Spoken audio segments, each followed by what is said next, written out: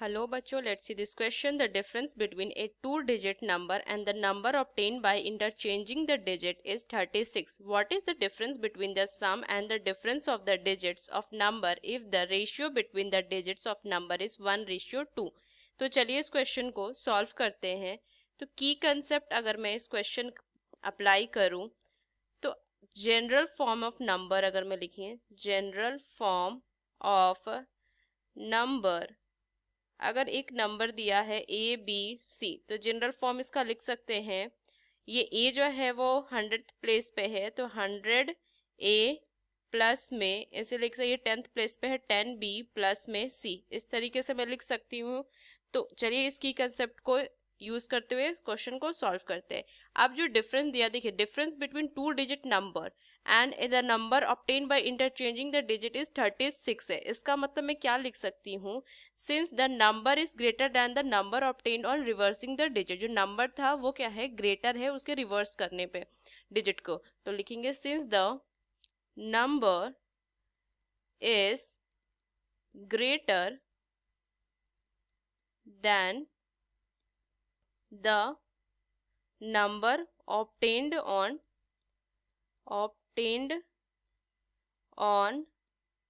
reversing the digit।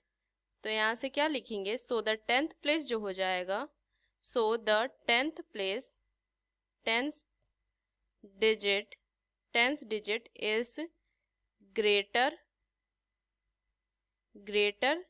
than the units digit ये लिखेंगे।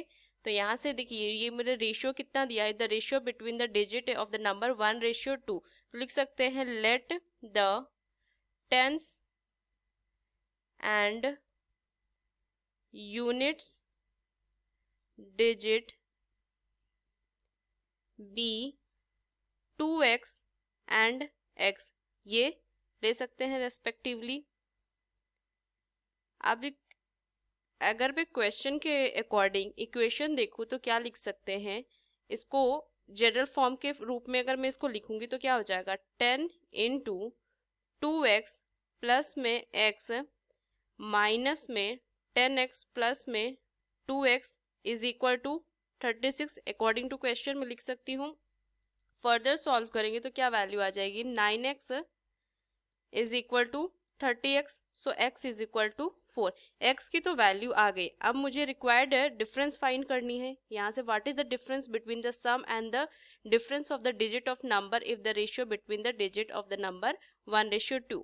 तो रिक्वायर्ड डिफरेंस अगर मैं लिखूं, रिक्वायर्ड डिफरेंस, तो ये क्या आ जाएगा, देखिए 2x प्लस में x माइनस में 2x माइनस x, तो क्या वैल्यू आ जाएगी, देखिए ये 2x है, ये तो कैंसिल हो जाएगा और x की वैल्यू कितनी है 4, तो ये आ जाएगा 8। तो जो फाइनल आंसर आ जाएगा वो कितना आ जाएगा 8, यही मुझे यहाँ से फाइंड करना था। सो यूजिंग दिस की concept we solve this question, hope you understood it well, best of luck, thank you.